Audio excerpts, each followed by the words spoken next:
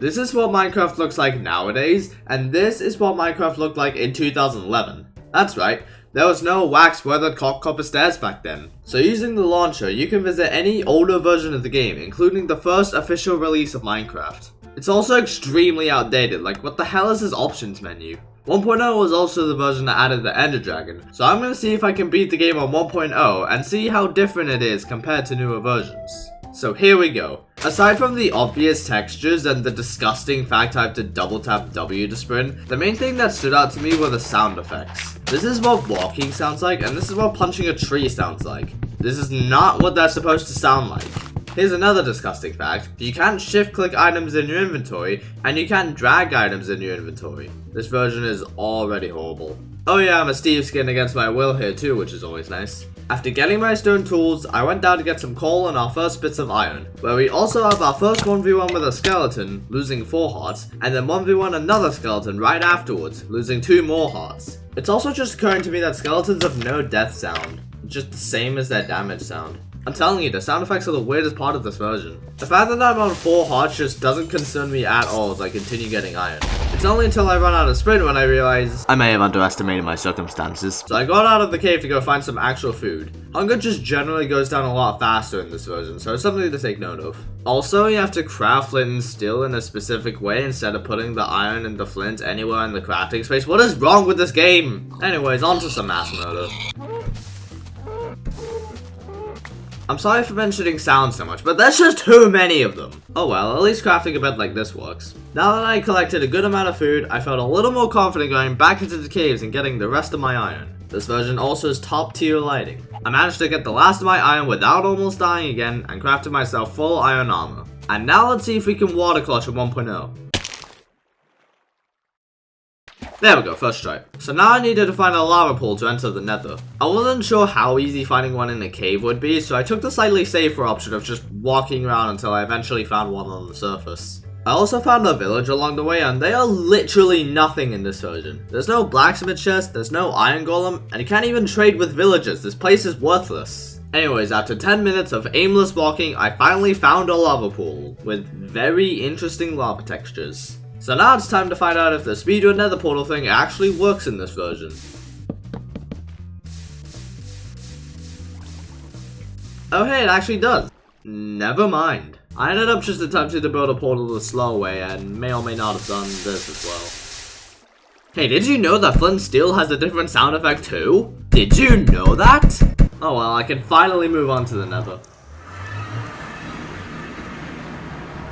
Obviously, this is the version where the nether is nothing but ugly netherrack and an occasional fortress. So I actually imagine this part to be relatively easy and the fortress would not be that far away. However, I couldn't see any fortress nearby and I spawned on a floating island where I was immediately cornered by 2 ghats. The lava textures also look way worse when there's an entire ocean of it. But after defeating the ghats, I bridged to some nearby terrain and just waddled my way on, hoping to find a fortress. The nether terrain here is just kind of nothing without any of the 1.16 features. Like, it's just the ugly netherrack. But after another 10-minute aimless walking session, I finally found a fortress. Upon entering, we have our first 1v1 with a blaze, losing 2 hearts, and then 1v2 some more blazes right afterwards, losing 2 more hearts. I gained flashbacks to what almost happened last time and actually let myself heal before instantly spamming left click.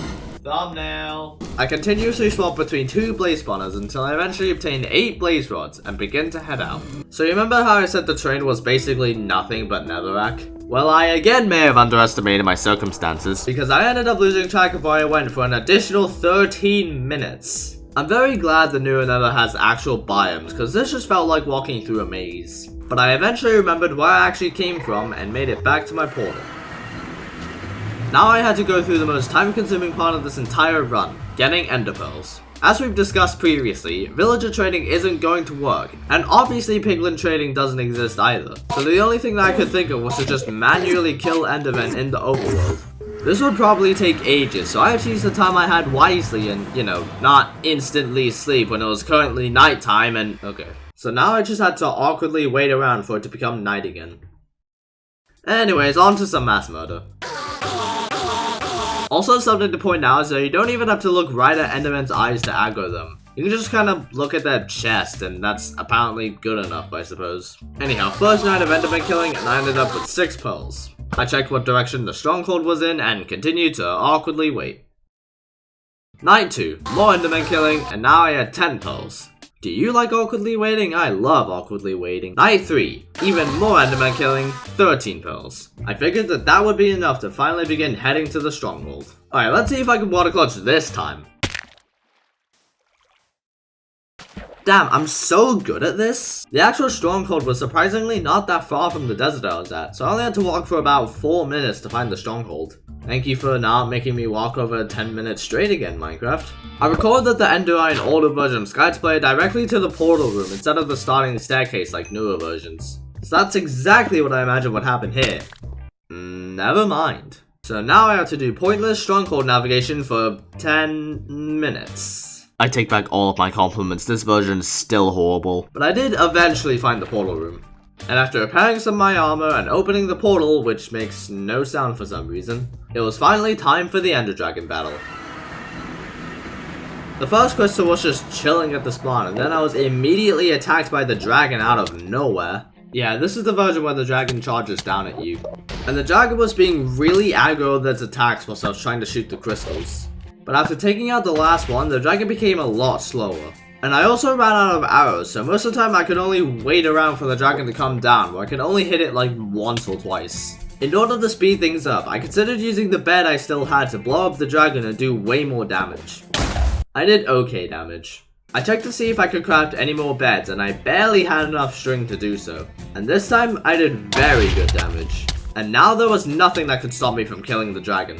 Not even these 2 Endermen that started attacking me for no reason. But after killing them, it was finally time to end this challenge. And that's underwhelming. Let me fix this quickly. There we go, that's more fulfilling. We actually beat the game. I collected the dragon egg, made a little trophy stand back in the overworld, and vowed to never touch this version again. Now if you excuse me, I'm going back to 1.20 to my wax weathered cock copper stairs. Thank you so much for watching this video, and goodbye.